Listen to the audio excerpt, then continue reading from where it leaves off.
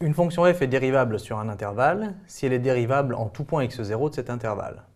On va utiliser cette propriété pour donner les formules de la dérivée d'une somme, d'un produit, d'un quotient et d'une puissance entière pour le cas où on a deux fonctions qui sont dérivables sur un intervalle i. Donc je vais prendre deux fonctions f et g dérivables sur i. Et si je considère f plus g, la somme, eh bien la dérivée de la somme, c'est tout simplement la somme des dérivées. Ça va être f' plus g'. De la même façon, si je prends un réel lambda et que je multiplie par f, ça me donne lambda f, la dérivée de ça, c'est en fait lambda f', puisque la dérivée n'agit pas sur la constante, elle n'agit que sur la fonction. Et donc j'obtiens lambda f'. Alors ces deux quantités ici réunies, ces deux propriétés en fait, c'est ce qu'on appelle la linéarité de la dérivation. On en parle souvent, on dit que la dérivation est un opérateur linéaire, mais ça veut dire que la dérivée d'une somme, c'est la somme des dérivées, et que le produit d'une constante par la fonction, lorsqu'on le dérive, c'est la même constante que multiplie la dérivée. Donc ça veut dire linéarité, c'est exactement la même chose. Maintenant, pour continuer, prenons un produit, fg. Fg, eh bien, c'est f'g plus fg'. Donc tour à tour, on prend la dérivée de f puis de g et on fait la somme des deux quantités. Si j'ai 1 sur f', on va lui mettre un prime ici aussi, 1 sur f, attention, si f ne s'annule pas sur i. D'accord? Tant que j'ai cette condition qui est vérifiée, ça va me donner moins f' sur f carré. Et de la même façon, si j'ai un quotient, maintenant f sur g', pourvu que g ne s'annule pas sur i de la même façon, je vais avoir au numérateur f'g,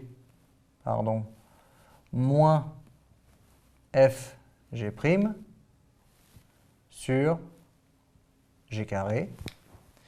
Et pour finir, si n est un entier, f puissance n', ça va être égal à n f',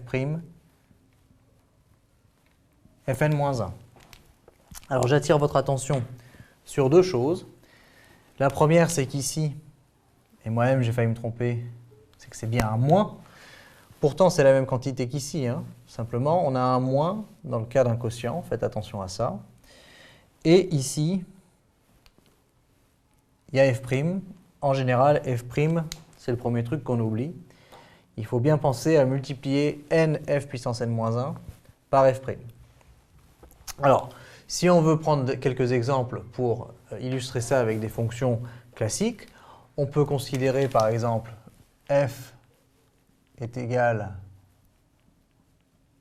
à x2, g de x est égal à x plus 1,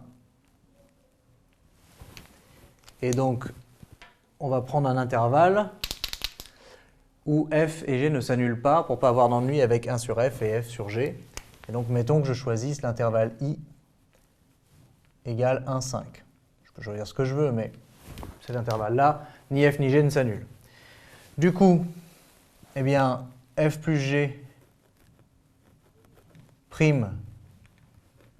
de x va être égal à la somme des dérivées. Donc la dérivée de x2, c'est 2x, plus la dérivée de g, c'est 1. À noter bien évidemment que je n'ai le droit d'écrire ça que parce que f et g sont toutes les deux dérivables sur i.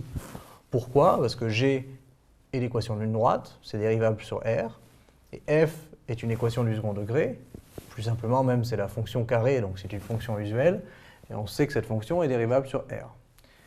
Donc f plus g' est bien défini et vaut 2x plus 1. De la même façon, lambda f' de x, eh bien f' ça vaut 2x, donc c'est 2 lambda x. F fois g'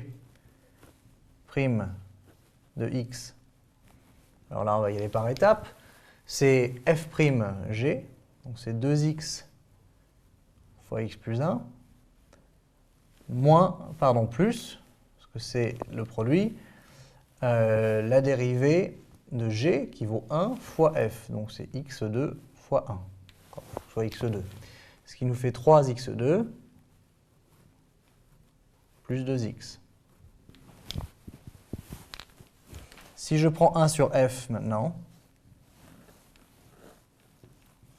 parce que f ne s'annule pas sur l'intervalle, eh bien je vais avoir moins f', 2x, sur f au carré, c'est-à-dire x puissance 4, ou encore moins 2 sur x au cube. Dans le cas de f sur g' de x, eh bien j'ai la même quantité au numérateur qu'ici, mais avec un moins. Donc ça va être 2x, facteur de x plus 1, moins x2, divisé par g au carré, c'est-à-dire x plus 1 au carré. Ça se simplifie, ça me fait x2 plus 2x sur x plus 1 au carré. Et finalement, pour un entier naturel n, f puissance n' de x, eh bien ça va être n fois f' qui vaut 2x, fois f, x2, à la puissance n-1. Alors attention à bien maîtriser les puissances. X puissance 2 à la puissance n-1, ça nous fait x à la puissance 2n moins 2, fois x, ça nous fait x à la puissance 2n moins 1, et donc il nous reste devant 2n x puissance 2n moins 1. Donc, exemple d'application assez classique, à partir de fonctions relativement simples, on peut construire des fonctions plus compliquées, que ce soit des produits ou des quotients, ou même des puissances entières, et il faut savoir les dériver à l'aide des formules de référence ici.